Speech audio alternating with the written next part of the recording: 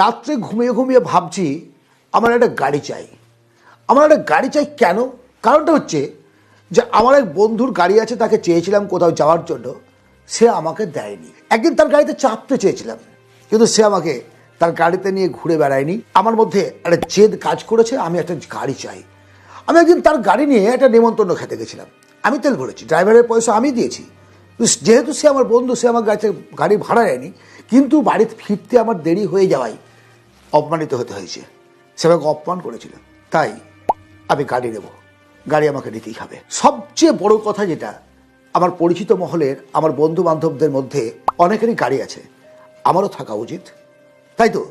এই যে ভাবনাটা রাতের মধ্যে যখন ভাবলাম, তখন আমার রক্তস্রোতে গাড়ির একটা স্বপ্ন ভেসে উঠলো যে আমাকে গাড়ি নিতে হবে। মান্থলি যা ইনকাম, সেই ইনকামের সংসার চালিয়ে এক্সেস পয়সা বাঁচানো অত্যন্ত কষ্টকর ব্যাপার। যে কোনো টাকা ছিল, সেই কোনো টাকা নিয়ে শোরুমে গিয়ে হাজির। অ্যাকচুয়ালি কী হয়, 50,000 টাকা জমা দিলে 5 লাখের গাড়ি পাওয়া যায়, 1 লাখ জমা দিলে 10 লাখের গাড়ি পাওয়া যায়। ইএমআইয়ের কিস্তি, মাসে মাসে ইএমআই দেবো, সঠিক সময় ইএমআই দিতে পারলে কোনো ব্যাপার নেই, কোনো চিন্তা নেই, গাড়ি চালিয়ে বেড়ালাম।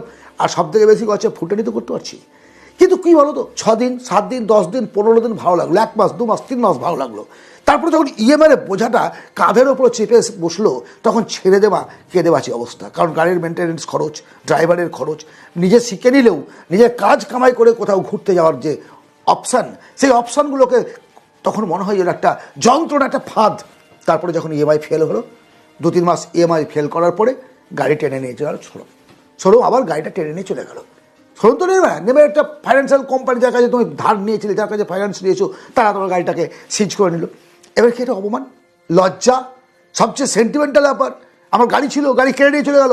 সামাজিক প্রতিষ্ঠা কোথায় ধুলায় মিশিয়ে গেলো, যেটা চেয়েছিলাম যে একটা সব করো, সমাজে দেখাবো। কারণ আমরা বাঙালিরা তো সেটা চাই, আমরা চাই যে সব করো, আমি ধনী হই বা না হই, যেন ধনী আমাকে দেখায়, আমাকে যেন ধনী দেখতে মনে হয়। এই যে চাহিদাটা, এই ডিমান্ডটাকে ফুলফিল করার জন্য কখন যে গলায় ফাঁস লাগিয়ে বসি, সেটা আমরা নিজেও বুঝতে পারি না। তাহলে গাড়ি কিনবো না?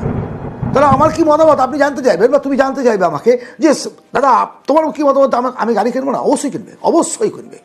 তার আগে তুমি 10 বার ভাবো গাড়ি কেনার প্রয়োজনীয়তা তোমার কতটা আছে।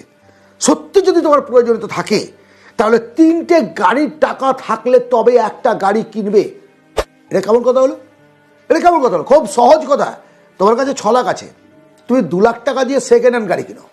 তোমার কাছে 18 লাখ টাকা আছে, তুমি 6 লাখ টাকা দিয়ে একটা নতুন গাড়ি কিনো। একদম ইজি প্রসেস, তোমার সেটা প্রয়োজন। কে কি বললো, কাকে দেখাবে, কোনো ফ্যাক্টর না। রাস্তা দিয়ে হুস করে যখন একটা জাগুড়ায় BMW তার গাড়ি চলে যায়, তখন কেউ কিন্তু গাড়ির মালিককে দেখে না যে তার কত টাকা আছে বা কত টাকা ফাইন্যান্স আছে।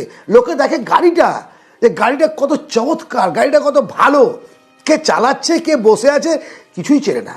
আজ তুমি চিন্তা করো, তুমি নিজে চিন্তা করো যে আজকে তোমার গ্রামে বা তোমার এলাকায় যদি মুকেশ আম্বানি আসে একটা রিক্সায় চেপে, তুমি তাকে চিনতে পারবে? বা একটা জাগুড়ায় চেপে আসলো, তুমি তাকে চিনতে পারবে এটা মুকেশ আম্বানি? না, তাকে নামে চেনে মানুষ, তার সমস্ত চেহারা। হ্যাঁ, তুমি যারা সোশ্যাল মিডিয়ায় ছড়াছড়ি, যারা চেনে, যারা সোশ্যাল মিডিয়ায় দেখে, টিভি দেখে, খবর দেখে, তারা হয়তো তাকে চিনতে হবে। কিন্তু গ্রামে একটা সাধারণ মানুষ, তোমার আমার মতন পরিবারের একটা লোক, বাস স্ট্যান্ডে মুকেশ আম্বানি দাঁড়িয়ে থাকলে আমরা খেয়াল করবো না। কিন্তু সে যখন একটা গাড়িতে চেপে যাবে, তখন খেয়াল করছি গাড়িটাকে। এটাই ফ্যাক্ট, কিন্তু এটাই একটু জেনুইনিটি, এটাই চরম সত্য। ট্র্যাপের হাত থেকে বাঁচতে হবে। মধ্যবিত্ত পরিবারের সবচেয়ে বড় যে ট্র্যাপ, সেটা হচ্ছে নিজেকে ধনী দেখানোর একটা মিথ্যে প্রচেষ্টা।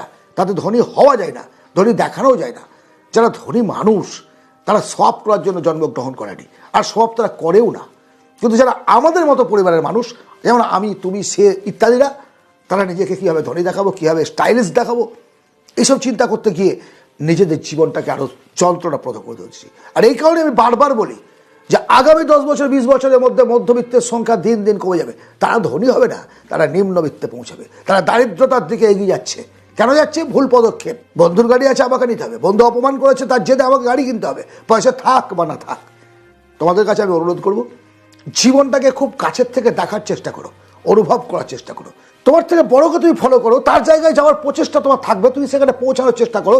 বাট নিজের মাটিটাকে ভুলে যাও না, যে তুমি কোথায় আছো, তোমার অবস্থানটা কোথায়, এবং তুমি কোন জায়গায় যেতে চাও, এই জিনিসটা লক্ষ্য করো। তোমার থেকে অনেক খারাপ অবস্থায় মানুষ আছে, যারা দুবেলা খেতে পায় না, আর তুমি যেতে গাড়ি কিনছো। আজকের এই আলোচনা যদি ভালো লাগে, অবশ্যই একটা লাইক করো, শেয়ার করো বন্ধু বান্ধবদের মধ্যে।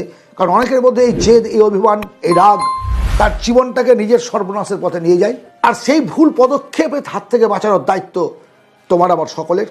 কারণ আমি বারবার বলেছি, আমার এই চ্যানেল গরিব মধ্যবিত্তদের জন্য, আমার এই চ্যানেল বাংলার জাগরণের জন্য, আমার এই চ্যানেল যাতে আমার বাঙালির সন্তানদের দুর্বিষহ যন্ত্রণা আগামী দিন আর না থাকে, তারা যেন জীবনে প্রতিষ্ঠিত হতে পারে, সেই জন্য।